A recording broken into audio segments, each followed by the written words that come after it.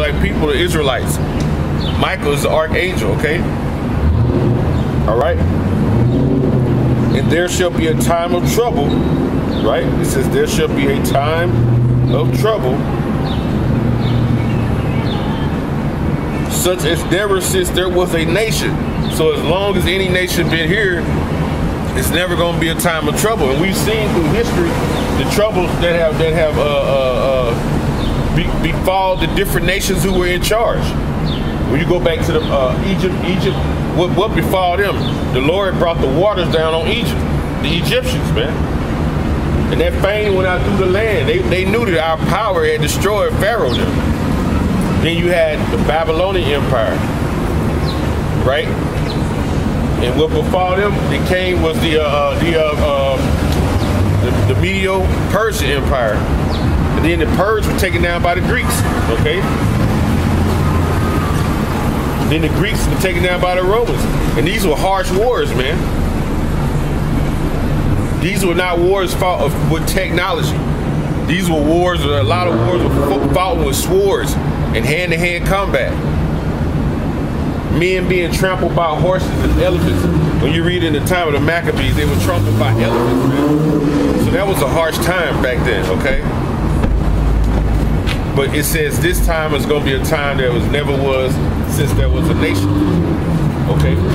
And it tells you in Isaiah, the 9th chapter, that this is going to be a burning and fuel of fire, man. This particular war here, okay? Matter of fact, let me get that one.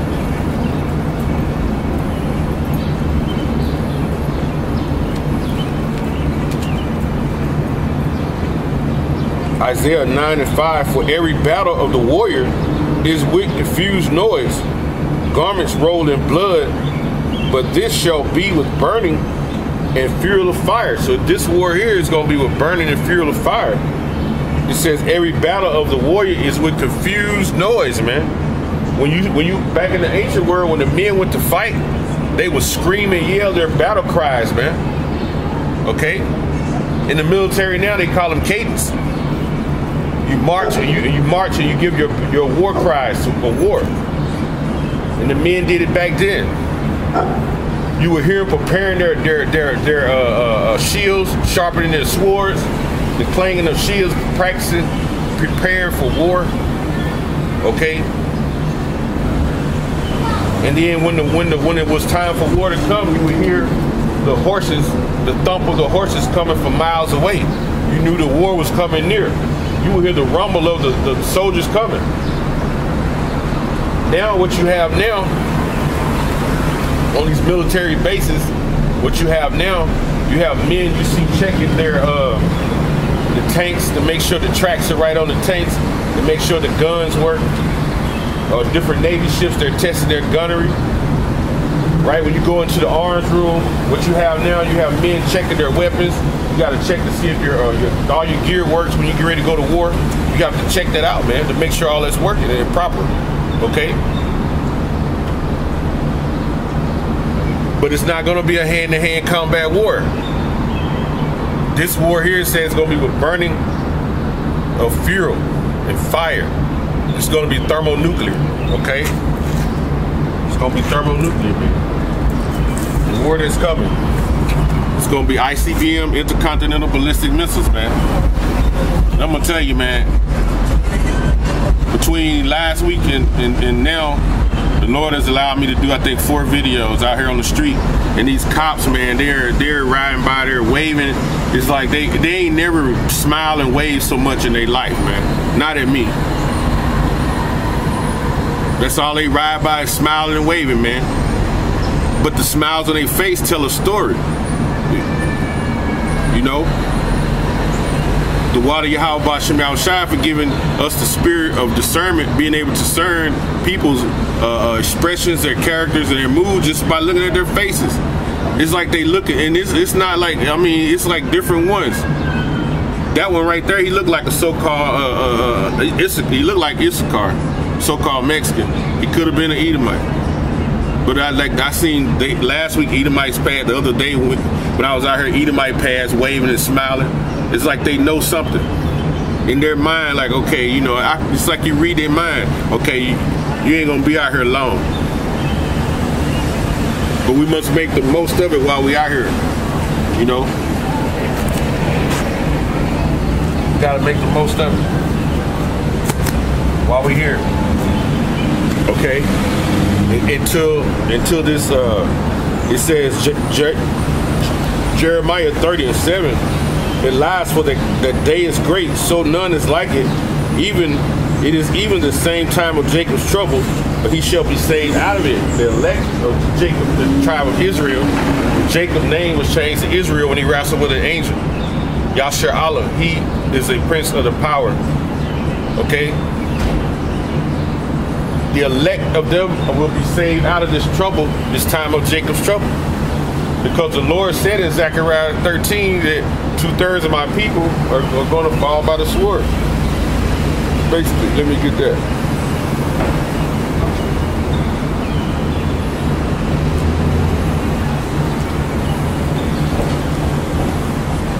Zechariah 13:8.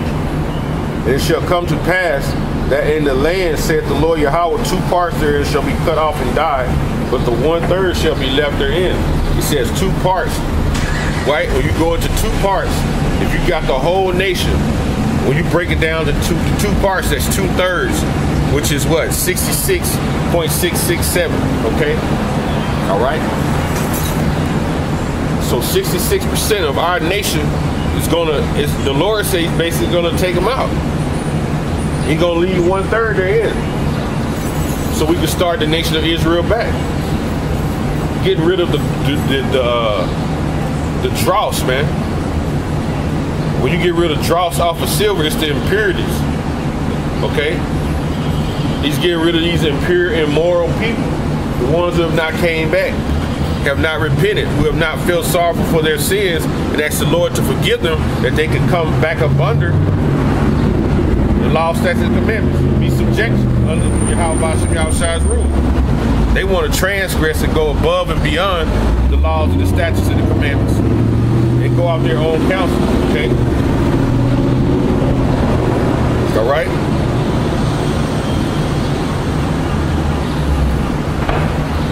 And it says, the 1/3 gonna be left therein, so, damn, I'm paying the stop sign.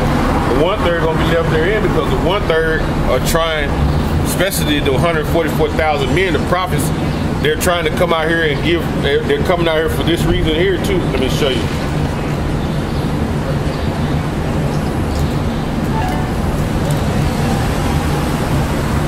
Romans 12:1, I beseech ye therefore, brethren is the elect of the nation of Israel, by the mercies of Yahweh Ba'ashem Yahweh's forgiveness, that ye present your bodies a living sacrifice, holy, acceptable, meaning separate, acceptable, unto the Most High, which is your reasonable service. Okay?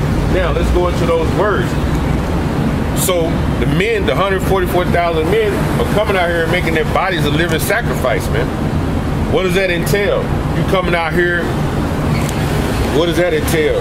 Making your body a living sacrifice.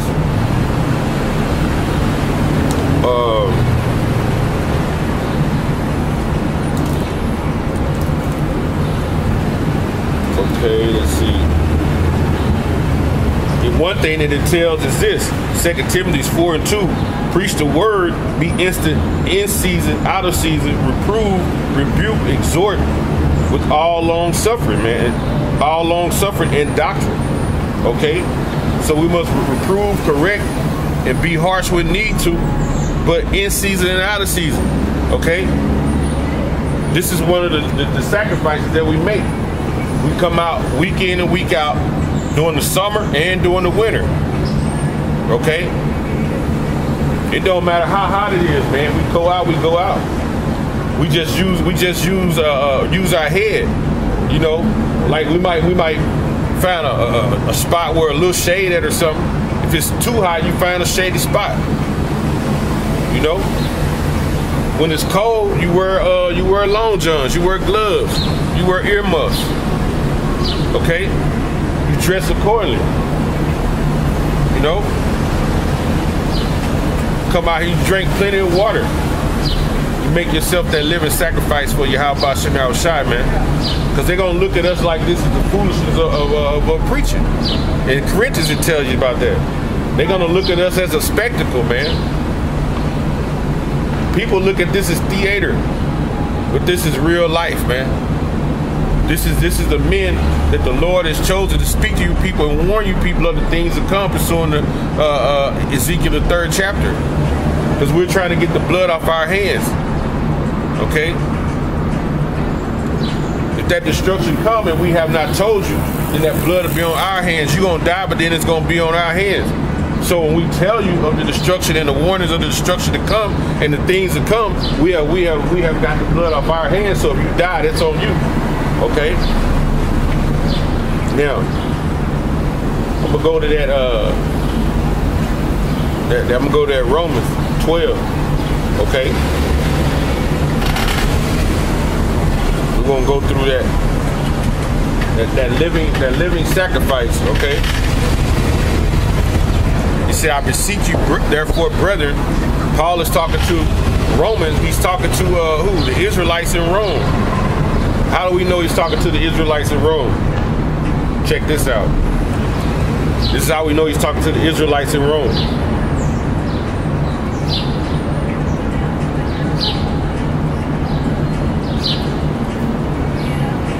We go to the first chapter. Very first chapter. Romans 1:1. Paul, a servant of Yahushua Mashiach, called to be an apostle. Apostle means to be sent away. Separated unto the gospel of Yahweh Shem Yahushai. Okay? It says, which he had promised before by his prophets in the Holy Scriptures. All right, even before Paul, which is the New Testament, they were quoting from Isaiah, different prophets, Micah, Isaiah, the old prophets of old, Daniel, the prophets who came before them. Okay? It says, concerning his son, Yahushua Mashiach, our Lord, which was made of the seed of David according to the flesh. So Yahushua came in the flesh. He came through the loins of David. He's the seed of David, okay? Down that seed line, okay? Which was prophesied, okay? And declared to be the Son of the Most High with power according to the Spirit and holiness by the resurrection from the dead, by whom we have received grace and apostleship for obedience in the faith among all nations for his name. So we're gonna be out here in obedience for his name, Yahweh Shem Yahushai. We're gonna preach. It's gonna look like the foolishness of preaching for his name, Yahweh Shem Yahushai. Okay. Among whom ye also called of Yahushua Mashiach. Okay. To all that are in Rome, beloved of the Most High, called to be saints, grace be unto you, and peace from the Most High, our Father, Yahweh, Ba'ashem Yahushai. And it said the saints, okay? Now, who are the saints? It says beloved, right? When you go into the scriptures, the beloved are the Israelites, man. And he said the saints, okay? Now, who are the saints? Let's find that out. It's Psalms 148.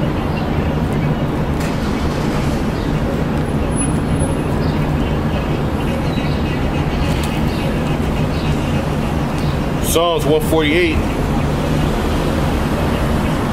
Now I started 13. Let them praise the name of the Lord Yahweh, for his name alone is excellent. His name alone is excellent. It's above all. Okay? It's majestic. It's powerful. Okay? It's glorious. His glory is above the earth and heaven. So anything you can think of that's glory on the earth, because people lust after different little things on the earth, his name is better than all that. And anything that you can think of in the heavens. Okay? You got people that worship stars and the moon, but the Lord's name is above all that. Okay? And it says, verse 14, he also exalted the horn of his people in praise of all the saints, even the children of Israel, a people near unto him. Praise ye the Lord Yahweh. So the saints are the Israelites. So you look, read in Romans 7, to all that be in Rome, beloved of God. So we know who the Lord loves. The apple of his eye is Israel. He said he loved Israel. He told you that in Exodus, the 4th chapter. Okay? He says, called to be saints, man. Now we know who the saints are. The saints are the Israelites. So the ones who call to be saints, okay? The Israelites and more the elect men of Israel, okay? More and more the elect men of Israel, okay? Now, I'm gonna read 12 again.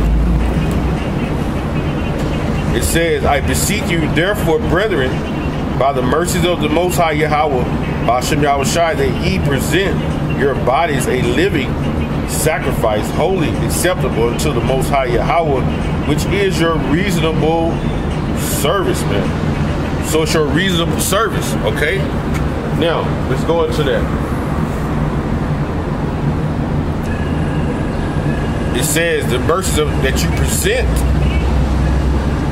to place beside, near, to set at hand,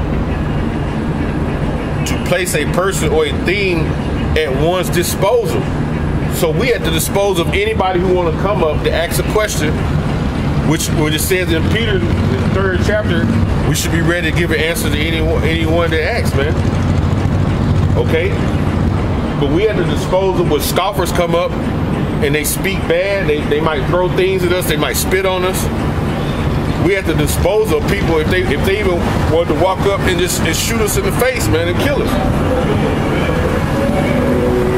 Present meaning be at the disposal. Okay? This is suffering with Yahweh Shai, man. Okay? This is those fiery trials, man. Standing on concrete right now. This concrete is hard, man. I got bad knees and everything. Got bad back, bad everything, man. And we standing on concrete. That lets you know this is a Roman society. The Corinth style of poles in the buildings, right? The Roman and Greek influences right here in downtown Little Rock, man. Okay. So we present ourselves, we put ourselves out here to present a person for another to see and question. So we out here for people to come up, they want to ask questions. That's what the prophet did. That's how we're going to warn you. We set up this platform, which is on the tower. The scriptures say we are those watchmen that are watching on the tower. Okay? We on watch when you out here on the highways and byways. Warning your people, the Israelites, man. The Negroes, the Latinos, and the Native Americans. Okay? And it says to present or show what we're presenting you with. We're presenting you with the signs, the showing 12 tribes of Israel and who they are. Judah all the way to Issachar. We're showing you through the Spirit who they are as the people of today. We're showing their biblical names and who they're called today. We're showing you prophecy on signs, different signs we have, showing you the prophecies of what's to come. Okay? Which is called edifying, which is what? To build our people up. All right?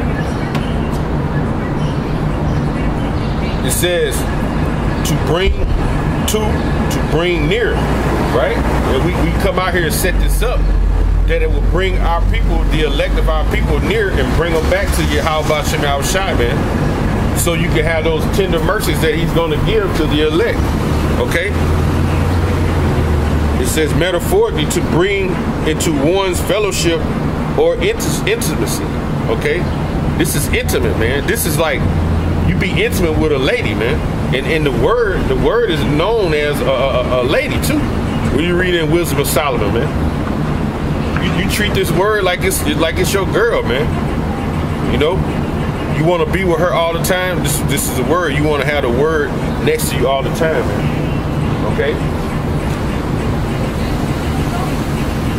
It says to present by argument to prove, because a lot of things you're going to have to prove, because you have a lot of people, they say they believe in the Lord, and then they start blabbing off things that they've heard